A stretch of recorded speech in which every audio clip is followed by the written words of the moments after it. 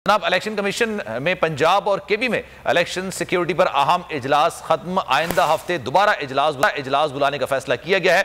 वजारत दिफा और वफाकी हसास इदारे ब्रीफिंग देंगे। अकील हमारे नुमाइंदे हमारे साथ मौजूद हैं, उनसे जरा मजीद बात करते हैं। अकील, बताइएगा क्या फैसले किए गए इजलास में?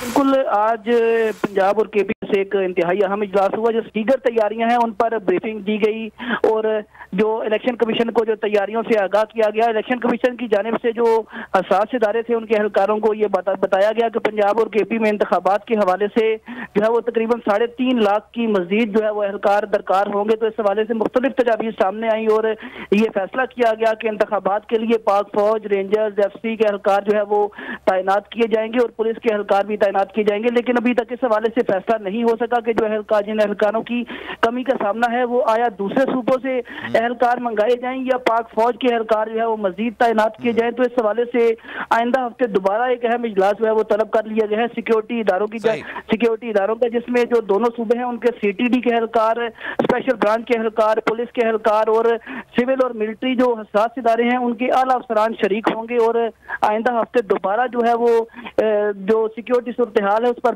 जो है वो उसका जायजा लिया जाएगा, क्योंकि जो इंतखाबात है उस पर इस वक्त इलेक्शन कमीशन के सामने जो एक बड़ा चैलेंज है वो अमन अमान की सूरत हाल को यकीनी बनाना है इंतखाबात के दौरान।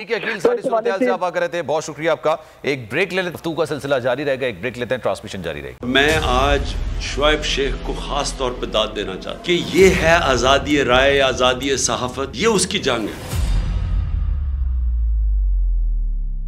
हर किस्म के दबाव के बावजूद शुएब शेख खड़े रहे इस मुल्क की उस सहाफत के साथ जो जमहूरियत का हुस्न है। एक वो सहाफत जो किसी प्रेशर में नहीं आती, जो किसी एस्टेब्लिशमेंट से नहीं खौफजदा होती। ये जो डाकू मुसल्लत किए गए हैं, इनकी रिश्वत नहीं लेती, वो है इस मुल्क की असासा। सहाफत वो असासा बन जाता है।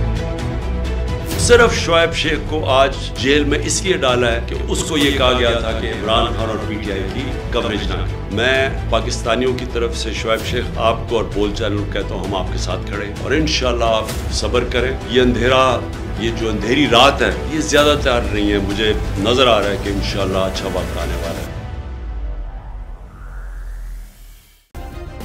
सब्सक्राइब करें और बेल दबाएं ताकि कोई खबर रह न जाए।